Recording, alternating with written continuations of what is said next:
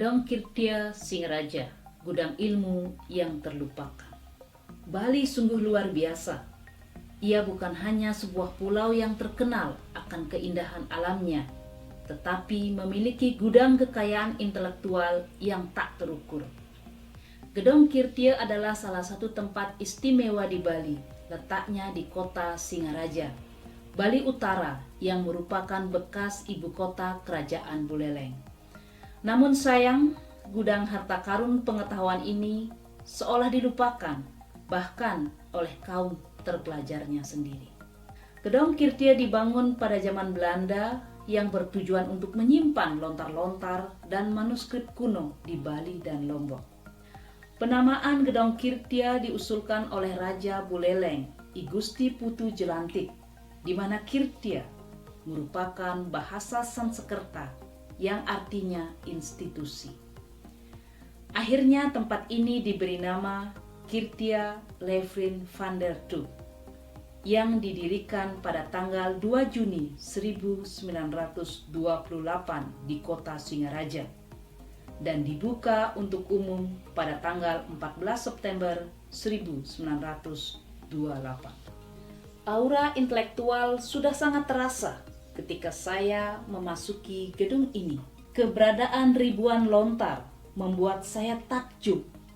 Lontar-lontar ini adalah kekayaan intelektual yang sangat berharga, berisi berbagai ajaran agama, tutur, kebaikan, pengobatan, dan berbagai catatan penting di masa lalu.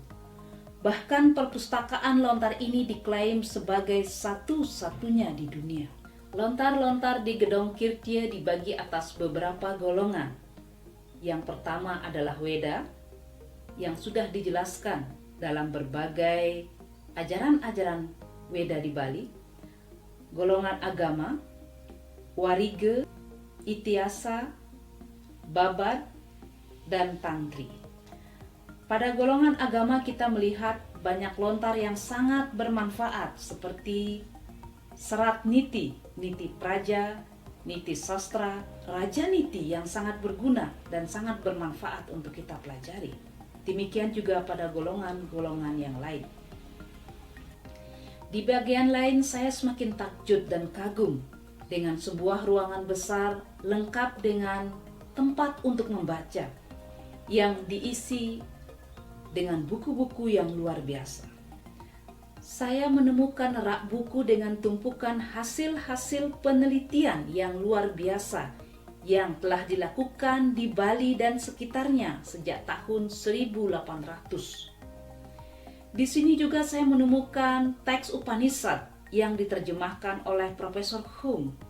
Terjemahan ini adalah Upanishad yang kerap dibahas oleh para filsuf barat dan ini ada di Gedong Kirtia. Lebih mengagumkan lagi, saya menemukan pustaka Rigveda yang menggunakan bahasa Dewanagari berusia sangat tua di sini. Teks ini nyaris tidak terjamah dan mungkin hanya sedikit orang yang mampu membacanya. Saya juga menemukan buku-buku tulisan dari Prof. Raghuwira yang sangat berharga. Profesor Raghuwira adalah seorang pakar asal India yang kagum dengan Indonesia dan Bali. Ia datang ke Gedong Kirtia 8 Agustus 1951. Ia dinilai berjasa menyelamatkan lontar-lontar di Nusantara, termasuk Bali, Lombok, dan sekitarnya. Profesor Raghuwira mengoleksi manuskrip Sanskerta dari berbagai negara di luar India, termasuk lontar-lontar dari Bali. Pemikiran dan riset-risetnya menjadi rujukan para pakar India dalam mempelajari Hindu Dharma di berbagai belahan bumi, termasuk Indonesia dan Bali. Ia pun berkata bahwa koleksi Gedong Kirtia tidak tertandingi.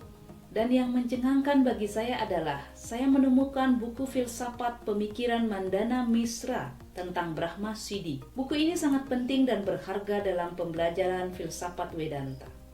Mandana Misra adalah pengikut Sangkaracarya yang merupakan guru besar yang dikalahkan debat olehnya. Juga ada Caturveda di sini, berbahasa Sanskerta tanpa terjemahan baik dalam bahasa Inggris apalagi bahasa Indonesia. Saya menelusuri rak demi rak dengan berdecak kagum atas koleksi Gedong Kirtia.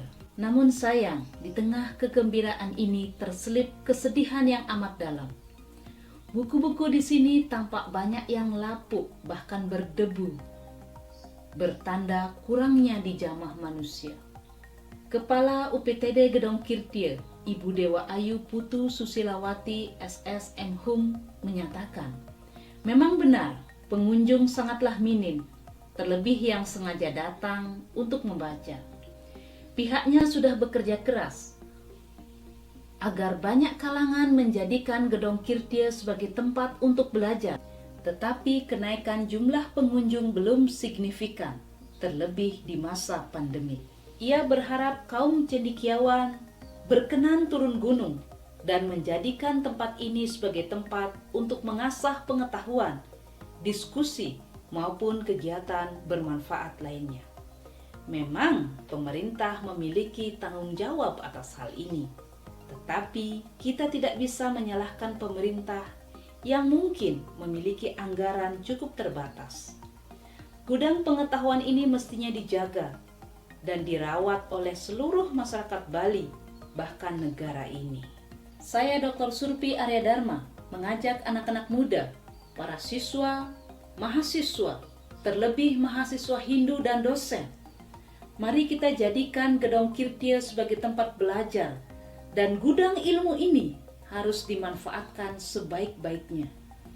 Mari kita kembalikan Gedong Kirtia sebagai cahaya pengetahuan Bali, sebagai tempat di mana kita mengasah pengetahuan kita, sebagai tempat yang bercahaya dalam pengetahuan.